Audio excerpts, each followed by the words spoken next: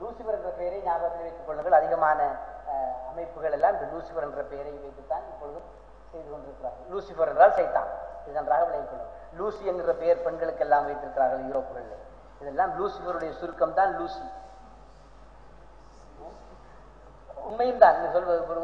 Loose வந்திருக்கிறது சொல்வதும் பைத்தியம் பிடிக்கிறது சொல்வதும் சைத்தான் ஜின்கள் பிடிப்பது தான் லூஸ் வந்திருக்கிறது சொல்வது. இந்த லூஸ் என்று சொல்லும் அங்கிருந்து தான் வந்தது. இதிலே ஆக முக்கியமான ஒரு விடயம் என்னவென்றால், இவர்கள் யூதர்கள் இந்த திட்டங்களை எல்லாம் செய்து ஆவணங்களாக வைக்கும் போது இதிலே 1800 கடைசி பகுதிகள் 1878 அல்லது 98 காலங்களிலே தான் இதனுடைய அமைப்பு மிகவும் முனைப்பாக செய்யப்பட்டது. முன்பெல்லாம் யூத உலமாக்கள் மக்களை வழிநடத்தி கொண்டு வந்தார்கள். இவர்கள் ரகசியமாக சொல்லுகின்ற விடயங்களை யூதர்கள் செய்து வருவார்கள். உதாரணமாக குர்ஆன்களை எரிப்பது, பைபிளை எரிப்பது, இப்படியான விஷயங்கள், சட்டத்திட்டங்கள் எல்லாம் அவர்களுக்கு இருக்கிறது. குர்ஆனை எங்கே கண்டாலும் ரகசியமாக எடுத்துக்கொண்டு நெருப்பில் போட்டு எரிக்கணும்னு சட்டம் இருக்குது. ஒரு சேர்ச்சுக்கு முன்னால் போகக்குள்ள காரித்து போகணும்னு அவங்களுக்கு சட்டம் இருக்குது. இதெல்லாம் அவர்கள் ரகசியமாக செய்து கொள்வார்கள். பைபிளை எரிக்க வேண்டும். கண்டைக்கும் ஒரு செய்தி கொண்டு வந்தது. இஸ்ரேலில் ஒரு பாய் ஒரு பைபிள் ஒன்று வச்சுருந்தோடனே ஸ்கூல் டீச்சருடன் அதை பறித்து ரூமுக்குள்ளே கொண்டு போய் வச்சு எரிக்கணும்னு உமா அப்பாவும் சொல்லித்தரலையா என்று சொல்லி கேட்டு அவனுக்கு சொல்லித்தரலையே என்று சொல்லி அவடத்தையை வச்சு எரிக்கும் போது யாரோ கண்டுட்டார். யூதர் அல்லாதவர்கள் கண்டு அது கொஞ்ச நாள் செய்தியாக வந்தது. எப்படியாக அவர்கள் இன்றும் கூட செய்து கொண்டு தான் இருக்கிறார்கள். குர்ஆனையும் அழைத்துக் கொண்டு தான் இருக்கிறார்கள். ஆனால் அல்லாஹ் அதை பாதுகாத்துக் கொண்டிருக்கிறான். பைபிள்கள் பழைய விஷயங்கள் எத்தனையோ அழிக்கப்பட்டு இப்பொழுது புது புது மாற்றங்களுடன் எல்லாம் பைபிள் வந்திருக்கிறது. இப்பொழுதுள்ள பைபிள் சரியான அமைப்பிலே இல்லை. அதற்கு முன்னல் ஒரு காலத்தில் ஈசா அலைஹிஸ்ஸலாத்து வஸ்ஸலாம் அவர்கள் என்ன கூறினார்கள், என்ன செய்தார்கள் என்று சொல்லி அவருடைய சீடரிலே ஒருவர் பர்னபாஸ் ஒருவர், இவர்கள் பிறகு யூதர்களுடைய கைக்கு கிறிஸ்தவம் வந்ததுக்கு பின்னால் சென்ட் பால் என்பவர் தான் கிறிஸ்தவத்தை வழிகெடுத்தார். ஆரம்பத்திலே யூதர்களுடைய அமைப்புக்குள்ளே இருந்து அவர் கிறிஸ்தவத்துக்கு வந்ததாக நடித்து கிறிஸ்தவத்தை வழிகெடுத்தார். அந்த வழிகெடுப்பின் போது சென்ட் பார்னபாஸும் இவருடைய பேச்சிலே ஆர்வம் கொண்டு அவரோடு சில காலம் பிரச்சாரங்களில் ஈடுபட்டார். ஆனால் அவருடைய பிரச்சாரத்திலே சில பிரச்சனைகள், அகீதா பிரச்சனை அவர்களுக்கும் வந்திருக்கிறது. இவர் பார்னபாஸ் தனியே போயிருந்து ஒரு இடத்திலே வைத்துக்கொண்டு ஈசா நபி சொன்னதை எல்லாம் இவன் பிள்ளையா எல்லாத்தையும் மாற்றான் எல்லாம் செய்கிறான்னு சொல்லி தனிப்பட்ட முறையிலே அவர் ஈசா நபி இன்னதுதான் சொன்னார் என்று சொல்லி ஒரு புத்தகம் இருக்கிறது. என்னிடம் அதுவும் இருக்கிறது, தமிழாக்கியும் இருக்கிறேன், பாதியிலே கிடக்கிறது. சில பாகிஸ்தானிலே சில காலத்திலே அதனுடைய கொஸ்பல் ஆஃப் பார்னபாஸ்ன்னு சொல்லி அதனுடைய ஆங்கில மொழிபெயர்ப்பு ஒரு வெள்ளைக்காரர்கள் 1905ஆம் ஆண்டுகளிலே அதனை ஆங்கிலத்திலே மொழிபெயர்த்தார்கள். அது முதலில் இஸ்பானிய மொழி, இத்தாலிய மொழிகளில் இருந்தது. அதனால் வெளியிடும் போது கொஞ்ச காலத்தில் அது மறைந்துவிடும். இதனுடைய சதித்திட்டம் இன்னும் இருந்து கொண்டு தான் இருக்கிறது. அதனை வெளியாக விட மாட்டார்கள். வந்தால் முழுதையும் காசு கொடுத்து வாங்கி எரித்து விடுவார்கள்.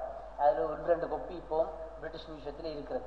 அதனை எடுத்து பார்த்தால் ஈசா நபி சொன்னது இன்னதுதான் என்கிறது விளங்கும். அதிலே முகமது நபியை பற்றி மிக கூடுதலாக சொல்லப்பட்டிருக்கிறது. கியாமத் பற்றி, அல்லாஹ்வை பற்றி மிக கூடுதலாக சொல்லப்பட்டிருக்கிறது. மறைந்த ஒரு பேர். சில முஸ்லீம்கள் இதுதான் இன்ஜீல் என்றது கூட சிலர் சொல்லுகிறார்கள், அல்லாஹு ஆலம். ஆனால் அதில் சில விஷயங்கள் நமக்கு தெரியாத விஷயங்கள் இருக்கின்றன. நம்முடைய நம்பிக்கைக்கு சில மாற்றமான விஷயங்களும் இருக்கின்றன. எழுதுகிறவர்களே பிள்ளையாக இருக்கலாம், டிரான்ஸ்லேட் பண்ண கிறிஸ்தவர்கள் அதனை இந்த மாற்றத்திலையும் செய்திருக்கலாம். ஆனால் அதிகமான விடயங்கள் மிகவும் அழகான விடயங்கள் இருக்கின்றன. ஒரு காலத்தில் நாங்கள் அதை தமிழாக்கியும் வெளியிட நான் நினைத்துக் கொண்டிருக்கேன். அந்த வகையிலே இவர்கள் யூதர்கள் திட்டங்களை முன்னெடுத்து இந்த 1800களின் கடைசி பகுதியிலே தான் முதலாவது ஜியோனிச இயக்கம் ஒன்றை துவங்கினார். நாம் இவ்வளவு காலமும் செய்து மக்களை எல்லாம் ஒரு அமைப்பு கீழே கொண்டு வந்திருக்கிறோம். யூதர்கள் அல்லாதவர்களை எல்லாம் நாம் வழிகெடுத்து ஒரு அமைப்பிலே வைத்துக் கொண்டிருக்கிறோம். நம்முடைய கைக்கு இப்பொழுது முழு சொத்துக்களும் வந்துவிட்டது. இவர்களுடைய அடிப்படை விஷயம் பொருளாதாரத்தை தங்களுடைய கையில் எடுத்துக்கொள்வது. அதாவது நகை அடவு பிடிப்பது, தங்கத்தை தங்களுடைய கையில் எடுத்துக்கொள்வது அந்த காலத்திலிருந்தே வந்த ஒரு நடைமுறை. நகையை அடகு பிடிப்பது என்கின்ற ஒரு அமைப்புக்கு கீழே, ஈடு வைக்கின்ற அமைப்புக்கு கீழே மக்களிடம் நகையை வாங்கி கொஞ்சம் காசை கொடுத்து ஒரு அதுக்கு வட்டியும் என்று போட்டு கொஞ்சம் காலத்தில் அது அறியாகிவிட்டது என்று சொல்லுவாங்க. அவனுக்கு எப்படியாவது அதை திருப்பி கட்டையலாத மாதிரியான அமைப்புகளுக்குள்ளே வட்டிகளை போட்டுக்கொள்ள இன்றும் அது அமைப்பு பிராமணியர்கள் அந்த அமைப்புகளுக்குள்ளே வந்திருக்கிறது. இந்த வகையிலே அதிகமான சொத்துக்கள் எல்லாம் அவருடைய கைக்கு வந்துவிட்டது என்று சொல்லி அவர்களுக்கு எந்தெந்த இடங்களில் யூதர்கள் இருக்கிறார்களோ அந்த இடத்துல அவர்கள் இருந்து கொண்டு பணக்காரனாகிவிடார். அதிகமான யூதர்களிடம் பணம் வந்து இவர்கள் செய்து கொண்டு வந்த காலகட்டத்திலே தான் இவர்கள் இனி நாம் தனிப்பட்ட முறையில் ஒருவராக இருந்து செய்தது போதும், இனி நாம் ஒரு இயக்கமாக கொண்டு வருவோம் என்று சொல்லி 1898 இருக்க வேண்டும் அதனுடைய இருக்கிறது. ஒரு ஜியோனிச முதலாவது மகாநாட்டை ஆரம்பித்தார்.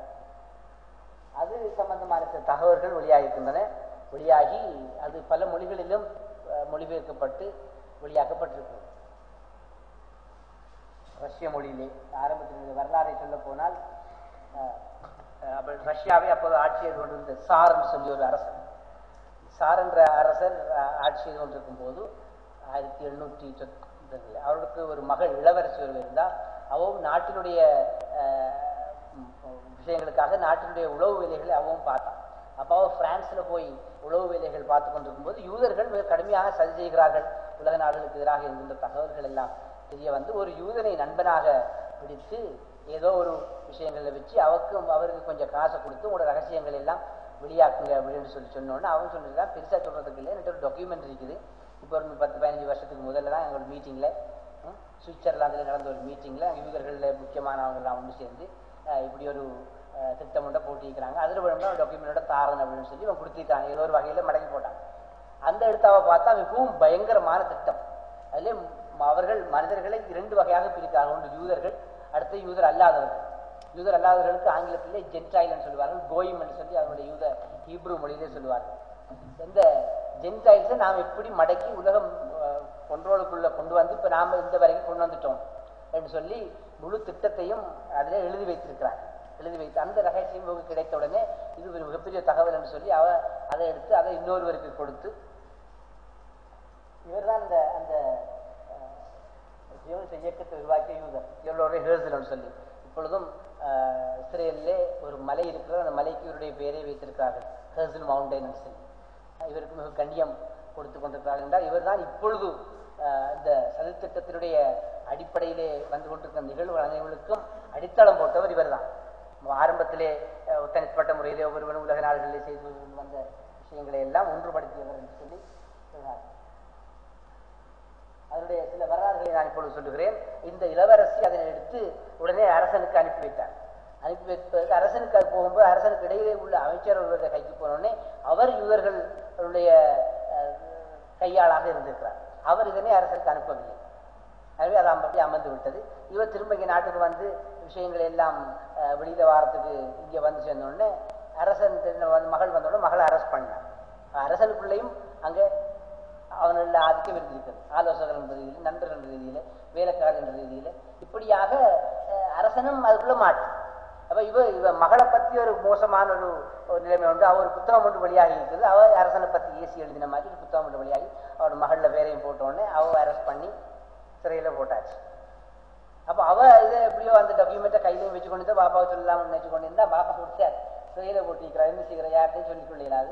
சரி, தனக்கு வந்து பார்க்க வர ஃப்ரெண்ட்ஸில் ஒரு இந்த நியூஸ் சொல்லக்கூடிய ஒருவர்கிட்ட இந்த டாக்குமெண்ட்டை ரகசியமாக கொடுத்திருக்கிறார். நீங்கள் பாருங்கள், ஒரு கிறிஸ்தவ தொப்பி தாடி வச்சு முஸ்லீமாக தெரிஞ்சாலும் பேரும் முஸ்லீமாக தான் இருக்குது, தெரியாது. ஆனால் கிறிஸ்தவ இருந்தால் சொல்லப்படுது. இவர் இதை பார்த்து விட்டு ரஷ்ய மொழிக்கு மொழிபெயர்த்து வெளியிட்டார்.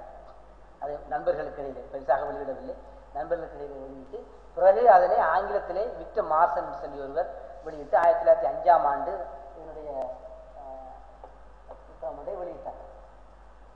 அதிலே போடப்பட்டிருக்கின்ற தகவல்கள் தான் இந்த சதித்திட்டத்தினுடைய ஆரம்ப அடித்தளத்தை நாம் விளங்கிக் கொள்வதற்கு முக்கியமான விஷயம். அதிலே சோழர்கள் சொல்லுகிறார்கள் என்னவென்றால், யூதர்கள் நாம் உலகத்தை ஆள பிறந்தவர்கள், முழு உலகத்திலும் நமக்கு நம்ம பரப்பி விட்டதே இந்த முழு உலகத்தையும் கண்ட்ரோல் பண்ணத்தான். இதை வைத்துக் கொண்டு நாம் முழு உலகத்தையும் ஆள வேண்டும். அதற்கான சகல முனைப்புகளை நமது முன்னோர்கள் செய்து வந்திருக்கிறார்கள். இந்த முன்னோர்களுடைய முயற்சியை நாம் வீணாக்கி விடக்கூடாது. இதை நாம் கடும் முனைப்புடன் செய்ய வேண்டும். நமக்கென்று ஒரு நாடு வேண்டும், அதை நாம் ஜெருசலத்தில் உருவாக்க வேண்டும் என்று சொல்லி ஜெருசலத்திலே பலஸ்தீன் இதை நாம் கைப்பற்றி இருக்க வேண்டும் என்று அப்பொழுது இதில் எழுதப்பட்டிருக்கிறது. இந்த புத்தகத்திலே எழுதப்பட்டிருக்கிறது. அதில் உள்ள விஷயங்களில் சிலவற்றை